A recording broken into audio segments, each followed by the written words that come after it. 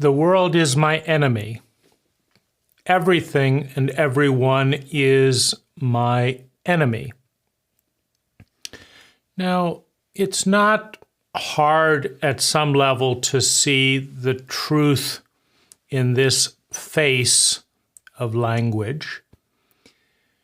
Right? We want to do something, there's space in the way, we have to get dressed, the clothes require effort. It's like constant energy. We say we want to do this, people don't understand, they don't help us and all this, and we can feel, we can see that the world is our enemy. And there's a use in understanding that truth. Now, there's also a truth that is the other side of this face of language, in which everything, everyone, and the world is my friend, is my ally. Now, this often takes a lot more work. And like all truths, it is toxic in the extreme and healing in moderation in certain contexts. Usually as you move towards the center, right? As you move towards the center, both in your own life and in the center of a truth with two expressions, it becomes medicinal. But how do we see that everything, everyone is my friend?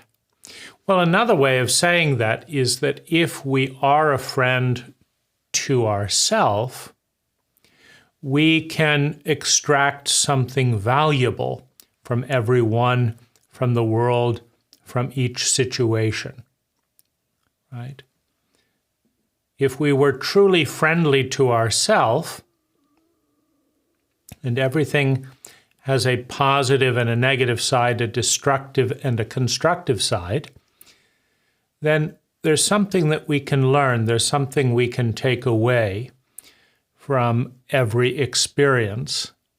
And as a friend to ourselves, we can put that to our advantage. That's, I think, a little easier to see, because you can learn something useful from everything, right?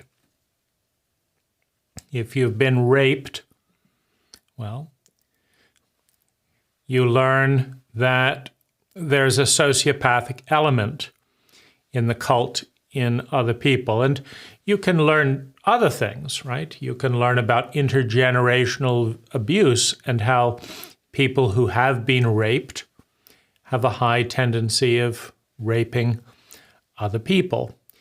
And you can see how people who feel powerless and small and shame have a way of giving those feelings to other people if they can't resolve them, right?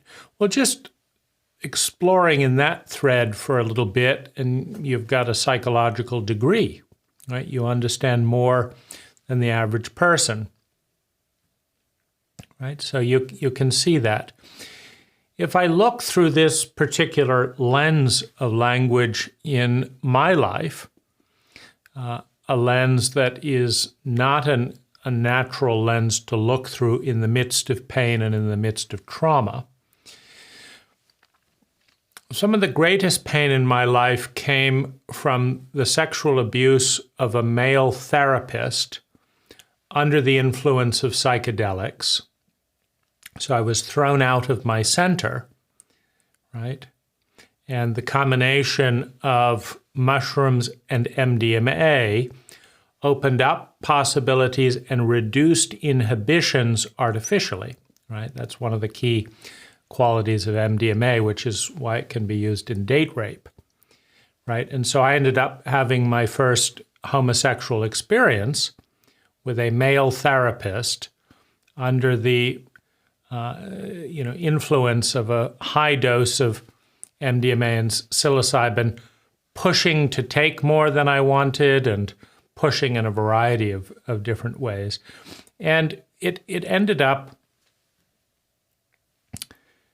re-triggering and reanimating all of my childhood traumas, in one way or another, layer after layer after layer. And the last part of the betrayal was all of my therapists, the colleagues and people who had trained my therapist, ganging up to silence me rather than to protect the public.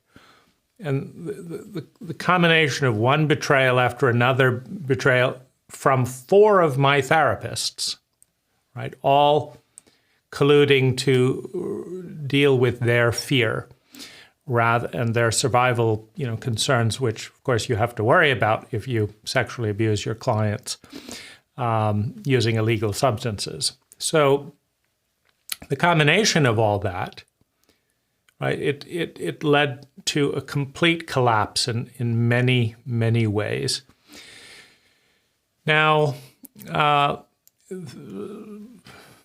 is this friendly? Is this, anything that I need or would recommend to anyone?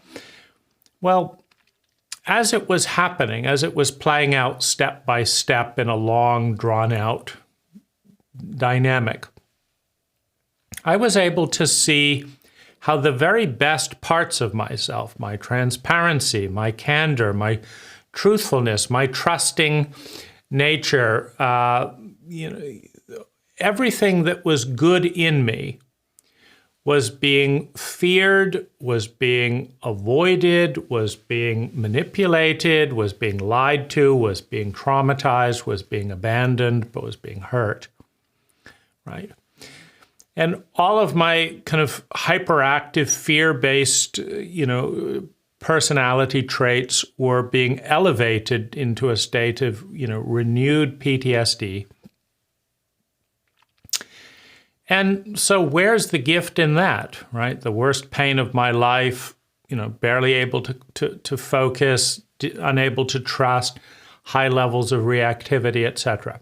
Right? Well, so it's easy to see the enemy, and I've done a lot of that exploring to understand the cruelty, the pain, the enemy in this situation, right? It could have killed me, could have broken me. It did break me in some ways. But what about the gifts? What about the friendship, right? How is the universe helping me? Because that's the other side of the coin. Well, I had forgotten most of the childhood abuse. But as it played through step by step by step, a light bulb went off in the midst of it.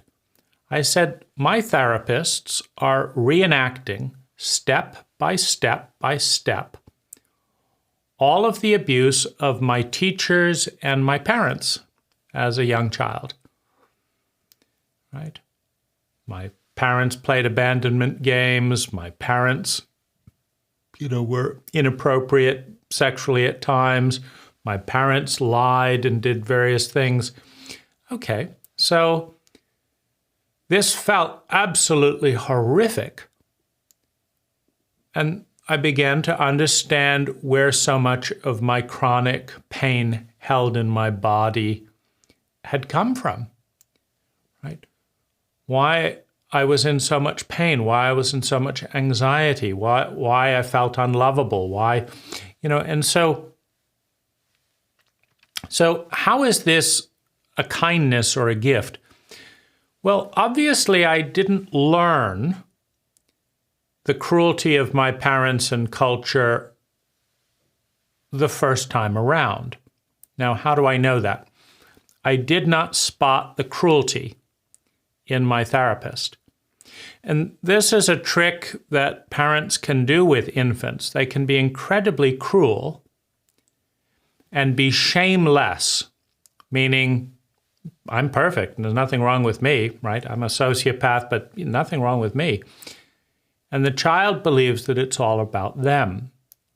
And so the cruelty is invisible to the child. Well, if you don't understand what cruelty looks like, well, when it approaches again in a shameless person, right? In my therapist, Peter Sandhill, he was shameless, right? He was filled with love and filled with this and all, right? And he was perfect in his eyes. That was, his constant portrayal. Like, he's absolutely perfect and filled with love. So, it's perfect to sexually abuse a client under the influence of psychedelics, to not do this, to not do that, to break this. That's what perfect love looks like. Well, see, that's the parents' whole narrative. That's the lie that my parents gave me. And my siblings and I, we believed it, that we were bad kids with these perfect, better than parents. Well, we could believe that as kids, and then we could forget it, which is the next wave of the cult, burying the whole thing, right? Never happened. It's no big deal. Your parents are great. You're lucky to have them, blah, blah, blah. Just forget all about it, right? But then you're left with symptoms of abuse and PTSD that you don't understand, and then you shame yourself for them, right?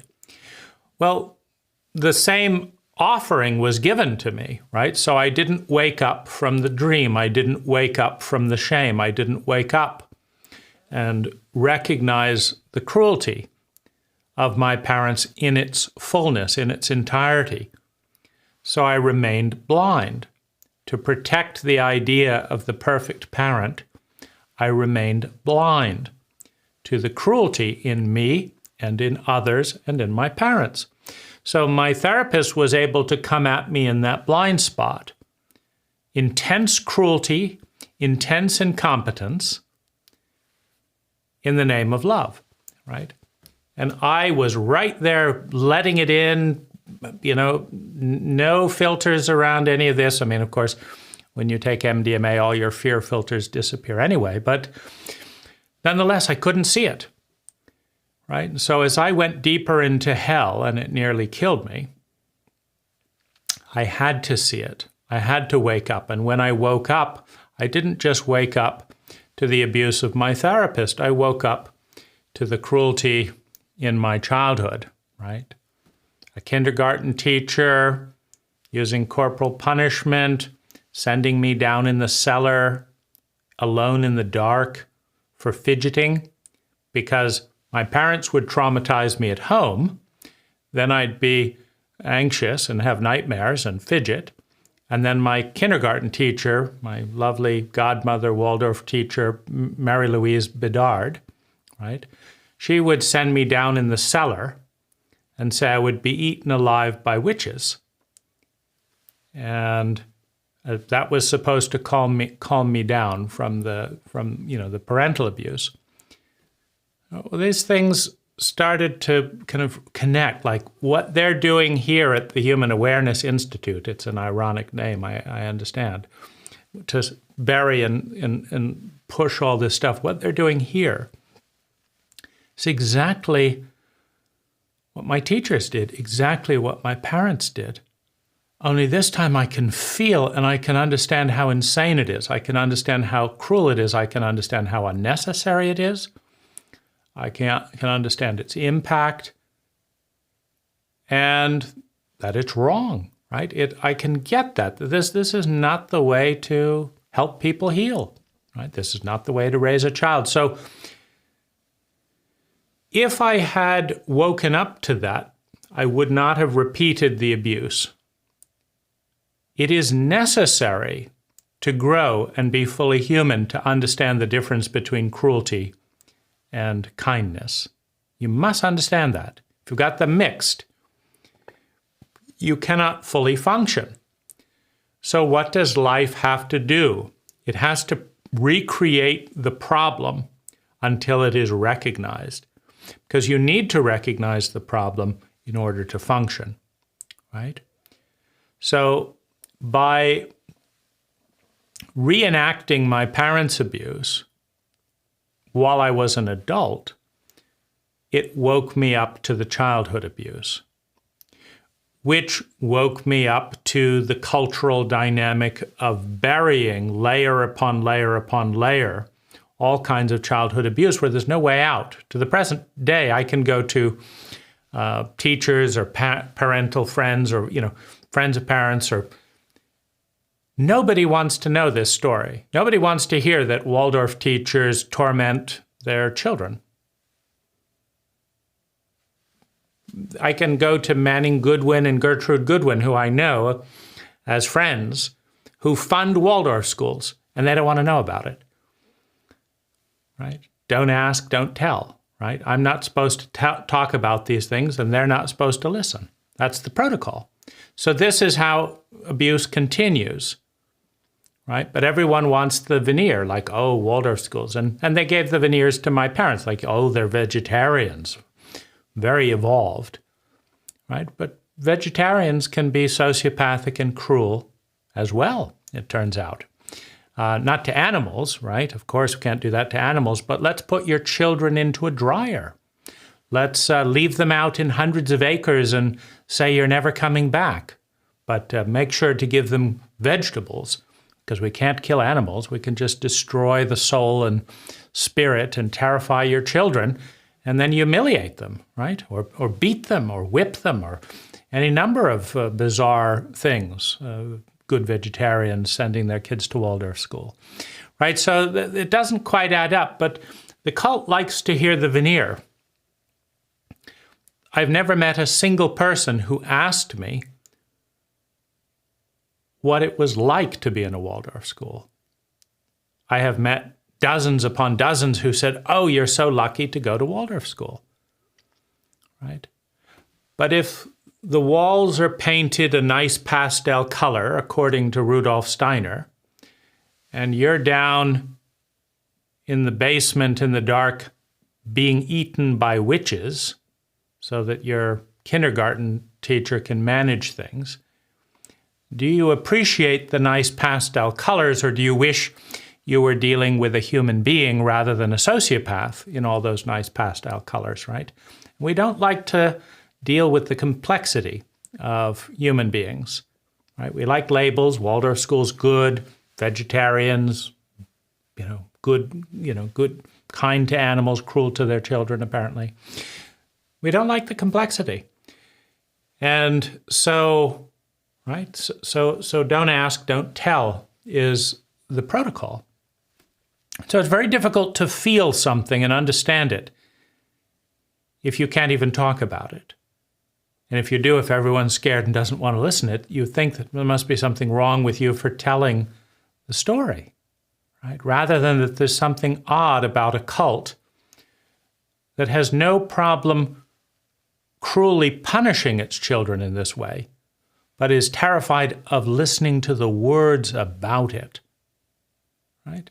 There are people all over the country terrorizing children, right? There are millions of terrorized children, but it's not okay to talk about it, right? So, you can look at my email exchange with the Goodwins, trying to get the information out is, right? They don't want to acknowledge, oh, it's not our fault, it's probably not going on, and that's the way it is, and you should move on, right? Surely something needs to happen if that's the state of training at Waldorf schools. You don't want to know how often this does happen? You don't want to send out a survey? No, it would make us look bad, right? The political, the grief of every politician. They don't want to hear the truth. It might make them look bad, right? Which it usually does. So I got to see all that, right? So I realized, so what did this do? Well, first of all, it told me that if my mother was president, the country would probably be in a worse state than if the demonized politician is president, right? In America, nobody likes the politician, right? Even their own party is like they didn't do as much as they could and all that, right? So, but why should we expect presidents to be better than our parents, better than our bullies, better than the sociopaths that taught us this and that, right? They're the same people from the same country. Why should they be better than average. The only thing you know for sure is that they want more power than average, and that's often the result of being powerless or shamed and humiliated as a human being for just being ordinary, which is a heavy, cross to bear. That you don't amount to anything unless you become a world leader, right? And that's no fun, right? And what kind of leader do you make if you've got that in the back of your head, driving you in your sense of inadequacy and rage at having to look good constantly, or feel like a shit, right? It creates immense hostility towards the public that you depend on to elect you, right? Well, what do immensely hostile people do when they have power, right? Well, it's not usually what's in the public interest. It's, what gets you off their back, right? So there's so many things that opened up around this replay, right? And then there's the clients that constantly push, and I feel so small and so tiny, and it's like, don't they see that this is inhuman, that this is unfair, right? And of course they see that, but they also see that I'm willing to give them a little bit more because I feel small and hurt and I don't want to feel even smaller, right? And so they push a little bit more. And so, well, how's that a gift, right? Wouldn't it be nice if people were just nice and let you be a human being without having to defend every, would be nice. But since that's not the world that we're in, right, what is needed is a certain armor, a certain discipline to say, this is the line, right? Here we are. This is the line. And we have to honor the line because this is what's fair, right? If you don't have the ability to create that line, sociopaths will keep pushing you, right? So in this environment, we need a line. We need a boundary, and we need to be able to defend the boundary, right? So I don't want a boundary, and I don't want to have to defend the boundary, right? I don't want to grow up and have to deal with all this stuff. I just want people to be nice, right? Right? Well, the trouble is, for my well-being, I've got to grow up at some point, right? And recognize that the parents are never going to come back and apologize. The teachers are never going to figure out their mistake. The politicians are never going to do the right thing and what they said they would do, and then I can stay a child forever, right? They're not going to do that, right? So what's needed? What's needed is an adult, right, that recognizes the imperfections and cruelties of the world, right, and finds a way to work with those, right? That's what's needed. And life is giving me the opportunity to learn it over and over and over again, right? And eventually I'll go from, being terrified of taken advantage of and stuff to, okay, here's another opportunity to set the boundary. And here's another opportunity to defend the boundary, right? People are trying to feel safe within a clear boundary. They want me to have a boundary, right? Okay, so here's the boundary, right? So in that way, right, it's a gift. It's an opportunity, right? A gift, an opportunity to learn. And in the abstract, nobody wants to feel chronic and unnecessary suffering, right? Do you want to feel chronic and unnecessary suffering for eternity? Nobody wants that. But what is the state that we're in, right? What is the state I'm in? I'm in chronic and unnecessary suffering, right? Anxiety about small things, sensitivities, reactivities, stress, adrenal collapse, are these wonderful? Are these necessary? No, right? But so why am I doing them? Because I don't know how, right? I don't know how to do it differently. I don't know how to build an identity of doing it all completely different. I don't know how to let my body forget those memories. Now, this is not a random thing like, gee, why doesn't this one person on the planet know all this? If you look at the trauma literature, you discover, first of all, Bessel van der Kolk is a good one to look at. You first of all discover that cultures and governments have been desperately trying to forget, suppress, and ignore, and even banish the word trauma for hundreds of years, if not thousands. Right? The British, after World War I, banished the word, because they didn't want to pay reparations to their veterans and they didn't want to acknowledge their incompetence, right? Politicians wanted to look good at the expense of the people who had PTSD, so they just pushed it under, right? Well, the United States did the same in Vietnam, right? The world did the same in World War II, right? So my grandfather got World War II PTSD, right, with a tank shell in his knee in France, and then he gave the PTSD to my father, and my father gave it to me, and nobody talks about it, right? Right? We don't like looking at reality. So reality keeps happening, because for us to function well, we've got to deal with reality, not our idea or our ideal of a suppressed reality. Like, let's not talk about the problem and it won't go away. You've got AIDS, you've got cancer. Well, let's just not talk about it and it'll go away. Let's be positive and not talk about it. It'll go away, right? Steve Jobs tried that, right?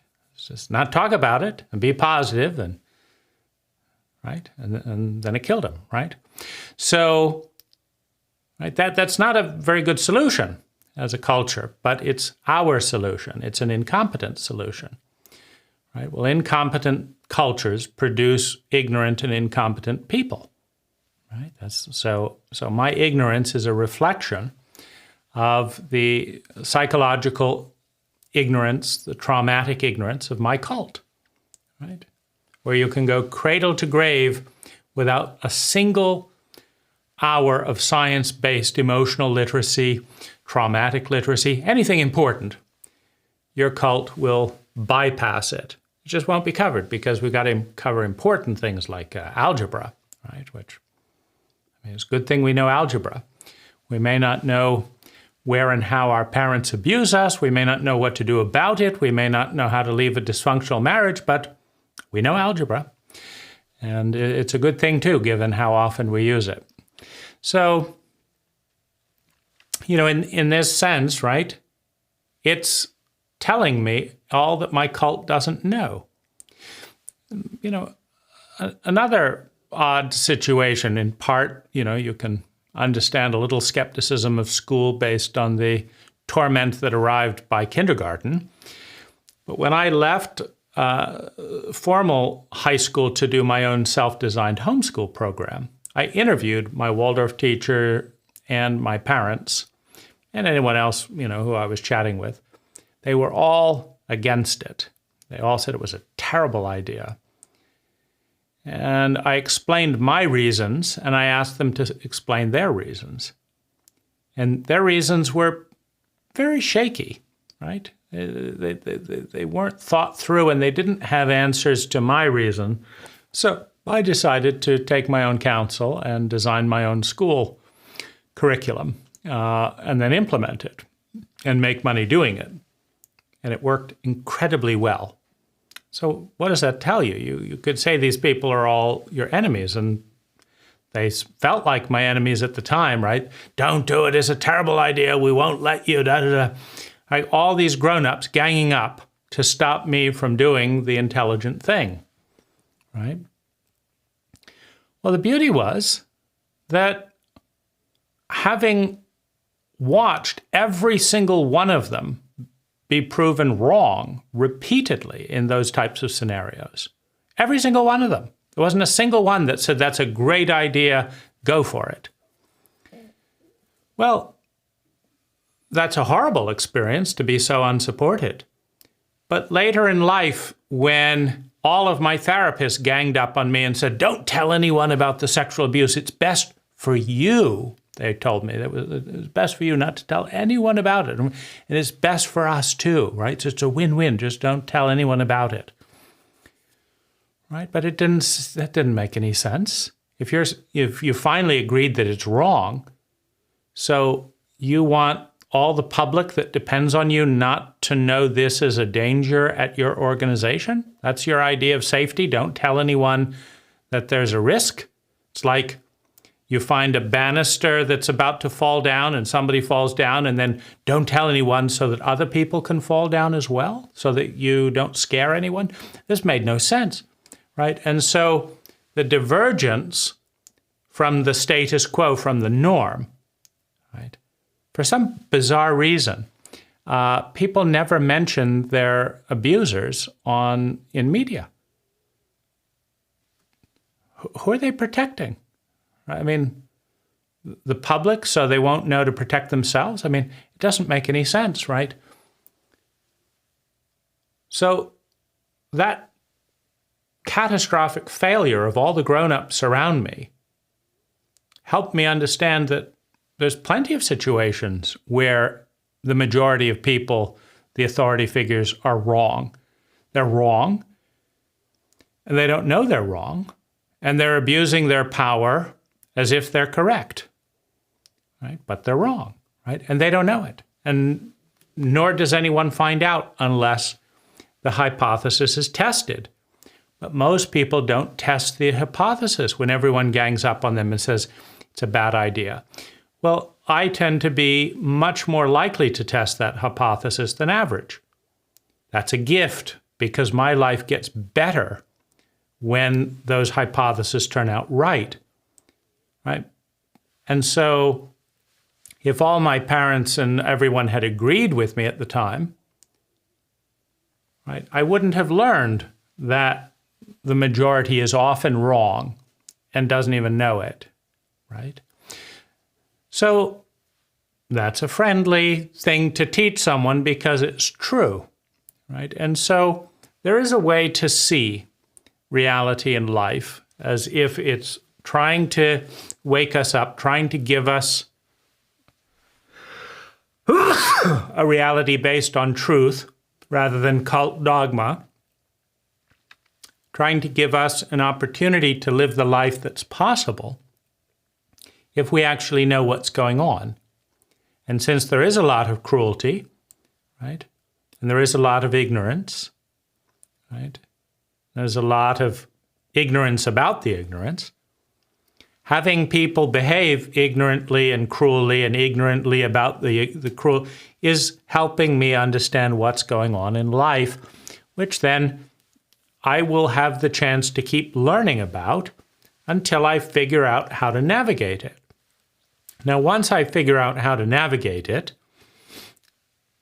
right, and share that maybe in one of my books and one of these videos, well, the world becomes a slightly more conscious, slightly more intelligent place to live in. That's good for life. That's good for me, right? But going back to that thing, since nobody wants to feel terrible, and most of us do feel terrible, a good chunk of the time, what's missing? It's not desire, it's competence, it's skill. Now, how do you learn stuff? Well, you keep giving someone an opportunity to feel terrible until they learn how not to feel terrible, either by changing their framework for that situation, or by changing the situation, or by changing the skill with which they navigate that situation. There's 3 ways to dramatically lower chronic and unnecessary suffering. And we can benefit by learning all of those. But it stands to reason, since we don't want to feel chronic and unnecessary suffering, and most of us are feeling a good chunk of it, it stands to reason we don't know what we're doing. We're incompetent in that area. We don't want to feel this way, but we are. We want to feel this way, but we're not. Right? It's possible, but we're going to have to learn new skills. And how are we going to learn new skills? Well, life will keep telling us that the way we're being is creating misery. And eventually, a group of humans will figure that out, right? And it might be us, right? It might be us. So, like all truths, right, in moderation, in context. Timing is important, like all truths, but there's truth in both sides of the coin.